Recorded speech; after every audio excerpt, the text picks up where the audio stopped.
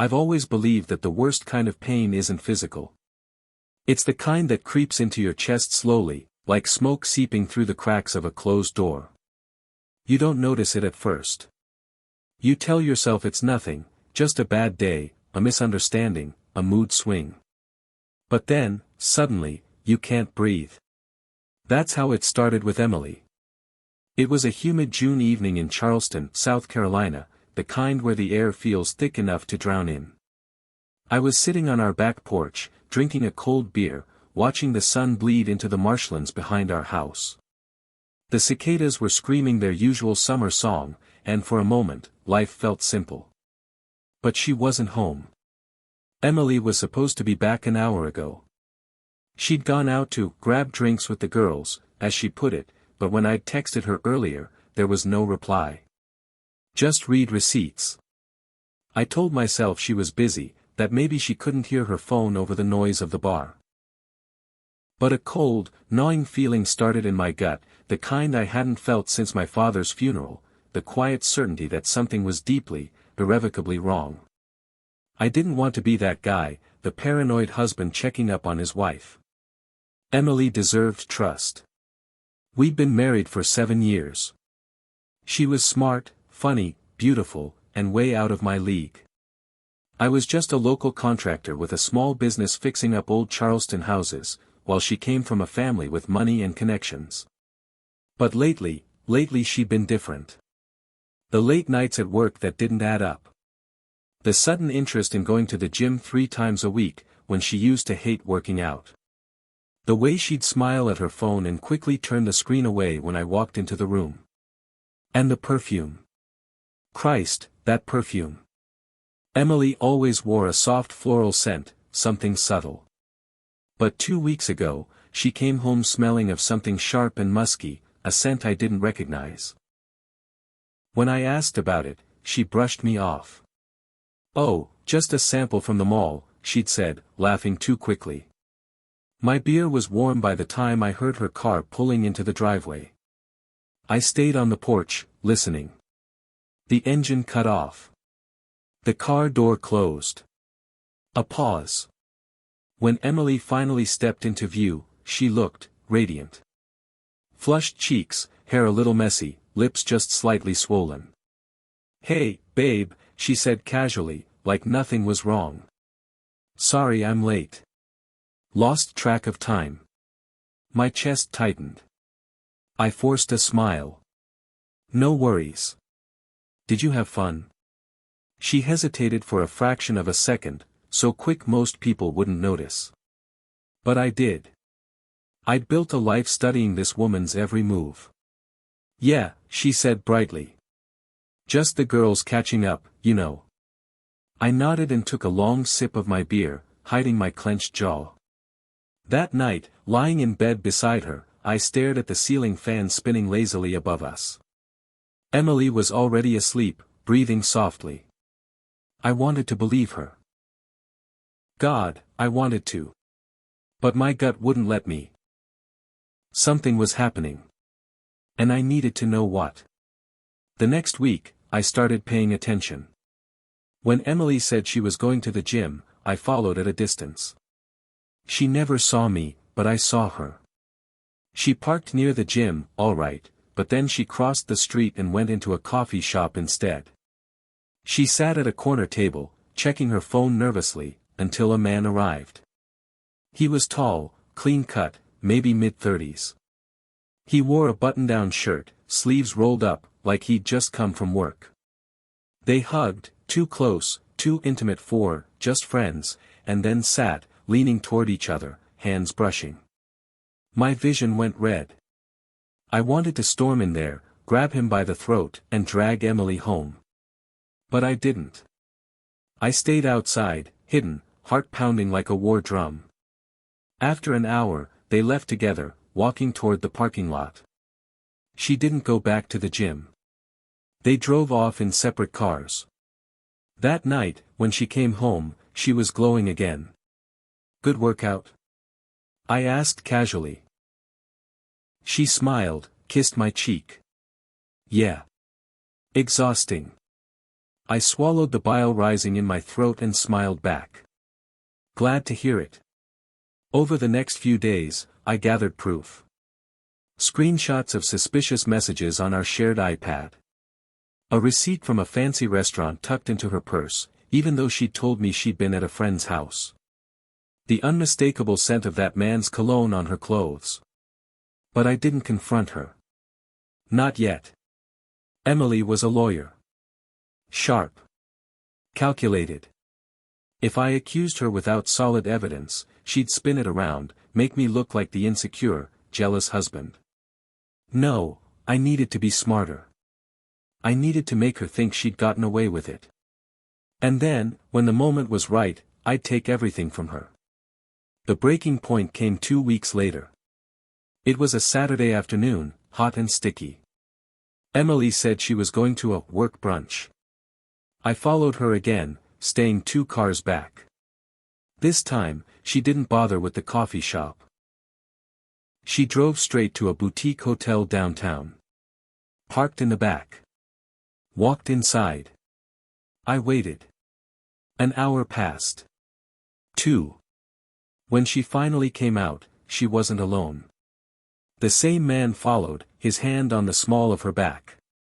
They kissed before parting ways, right there, in the open, like I didn't exist. My hands shook on the steering wheel. My vision blurred with rage. That night, I didn't touch her. Didn't speak more than necessary. She noticed, of course. "Everything okay?" she asked, brushing her hair in the mirror. "Fine," I said flatly. She turned, frowning. "You seem off." "Just tired," I lied. Emily nodded, though her eyes lingered on me a second too long. She didn't know it yet, but she'd already signed her own death warrant, the death of our marriage, of our future, of the man she thought I was. The following Monday, I woke up before dawn, lying still beside Emily as she slept peacefully. She looked so innocent in that moment, hair tangled on the pillow, lips slightly parted. But innocence was an illusion. And illusions were meant to be shattered. I slipped out of bed quietly, careful not to wake her, and went to my home office. On my desk sat a manila folder, thick with evidence, photos, receipts, screenshots, everything I had gathered over the past 2 weeks. Proof of her betrayal. As I stared at it, my chest tightened. This wasn't just about her cheating on me. It was about her laughing at me behind my back, thinking I was too blind, too trusting to see the truth. No more. That morning, Emily kissed me on the cheek before leaving for work. "Love you," she said sweetly. "Love you too," I replied, smiling. The words tasted like poison. The moment the door closed behind her, I got to work. Step 1, know your enemy. First, I needed to know him, the man she was risking everything for. A few nights earlier, I'd followed Emily and her lover from the hotel to his car, memorizing his license plate. A quick call to a buddy at the local DMV gave me his name. Ryan Carter, 35, real estate broker. Single. Lived alone in a fancy condo downtown. Ryan was clean-cut, successful, charming, the kind of guy Emily used to swoon over back when we were dating. The kind of guy who didn't think twice about destroying another man's life. I spent 2 days learning everything I could about him. Social media profiles, work schedule, favorite bars.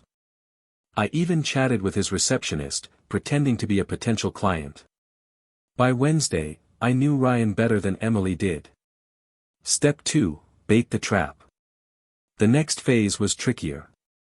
If I just confronted Emily, she'd play the victim, maybe even turn it into a messy divorce that would leave me with nothing. But if I played along, let her think I was clueless, she'd get sloppy. That night, I surprised her with dinner reservations at one of her favorite restaurants. "Wow," she said, genuinely taken aback. "What's the occasion?" "No occasion," I said smoothly.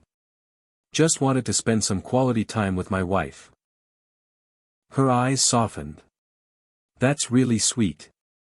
Over wine and steak, We laughed and reminisced, like old times. I watched her closely, noting every flicker of guilt in her expression. When the check came, Emily excused herself to the restroom. While she was gone, I slipped my phone out and sent Ryan a text from a burner number I'd bought earlier that day. Can't wait to see you Friday night.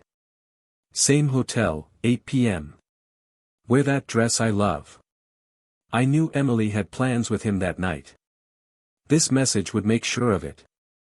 Step 3, set the stage. Friday came. Emily left the house at 7:30 p.m., dressed to kill in a red dress and heels.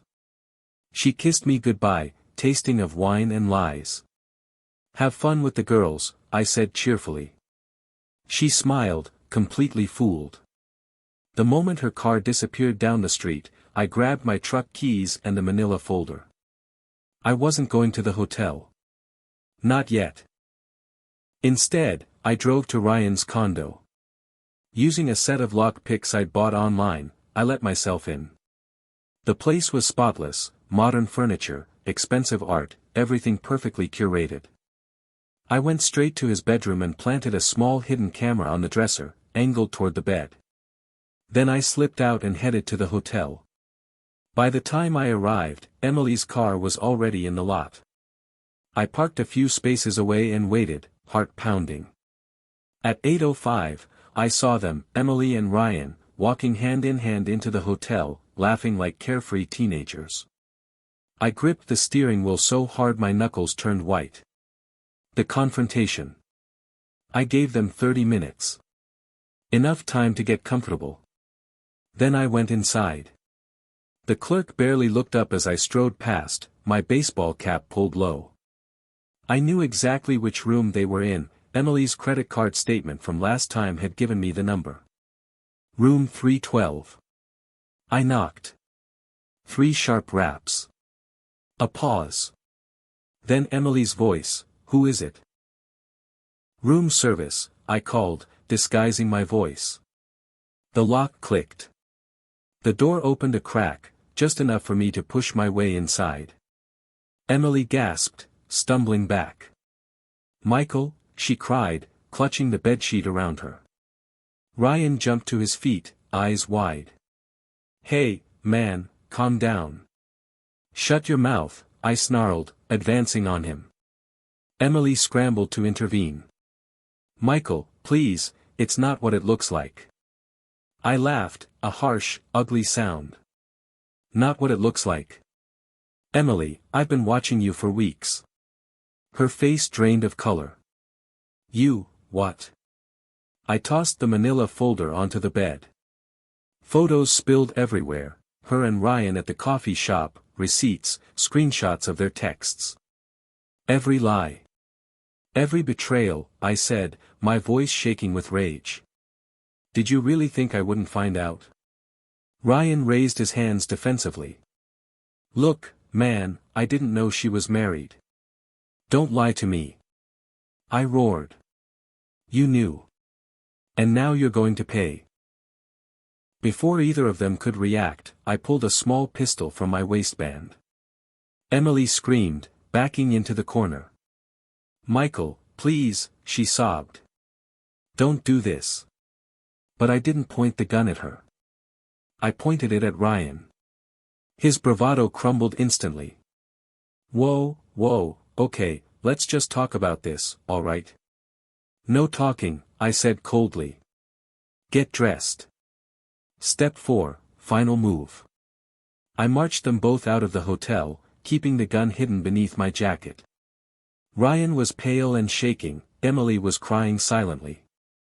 We drove to Ryan's condo in tense silence. When we got inside, I ordered Ryan to sit on the bed. Emily hovered near the doorway, terrified. "Michael, please," she whispered. "This isn't you." "You're right," I said bitterly. "The old me would have walked away. The old me would have let you destroy our marriage and leave me with nothing. But the old me died the moment you decided to spread your legs for him." Ryan whimpered. Emily sobbed. I pulled out my phone and tapped the camera feed I'd set up earlier. The live image appeared on screen, perfectly framing Ryan on the bed. "Smile," I said, tossing the phone at Emily. "You're going to record this." Her eyes went wide. "Michael, no. Do it." I barked. Hands trembling, she hit the record button. Then I turned to Ryan. "Take off your shirt." He hesitated. I cocked the gun. He obeyed. For the next 5 minutes, I humiliated him, forcing him to confess on camera that he'd knowingly slept with a married woman, that he'd tried to destroy our family. By the end, Ryan was sobbing, a broken shell of a man. When it was done, I lowered the gun. "Get out," I told Emily. "What?" she whispered. "You heard me. Get out. Go home. Pack your things." She stared at me, confused and terrified. "But, what about you?" I smiled, a cold, empty smile. "I'm going to take care of some unfinished business." Emily fled. Ryan looked up at me, trembling. "Please, man. Just, let me go." "Oh, don't worry," I said softly. "You're free to go." I fired one shot into the ceiling. Ryan screamed and bolted, half-dressed, out the door. The endgame. 2 days later, I filed for divorce. When Emily tried to fight it, I handed over the video of Ryan's confession. Her lawyer took one look and advised her to settle quietly. She got nothing. No house. No alimony. Nothing but the clothes on her back and the shame of knowing the whole town had seen her dirty little secret. Ryan? Well, let's just say that video found its way to his boss, his clients, and his entire social circle. Last I heard, he moved out of state, career ruined, reputation in ashes. As for me, I sat on my back porch that evening, drinking a cold beer, watching the sun set over the marshlands. The cicadas were singing again. The air was heavy and still. And for the first time in weeks, I could finally breathe.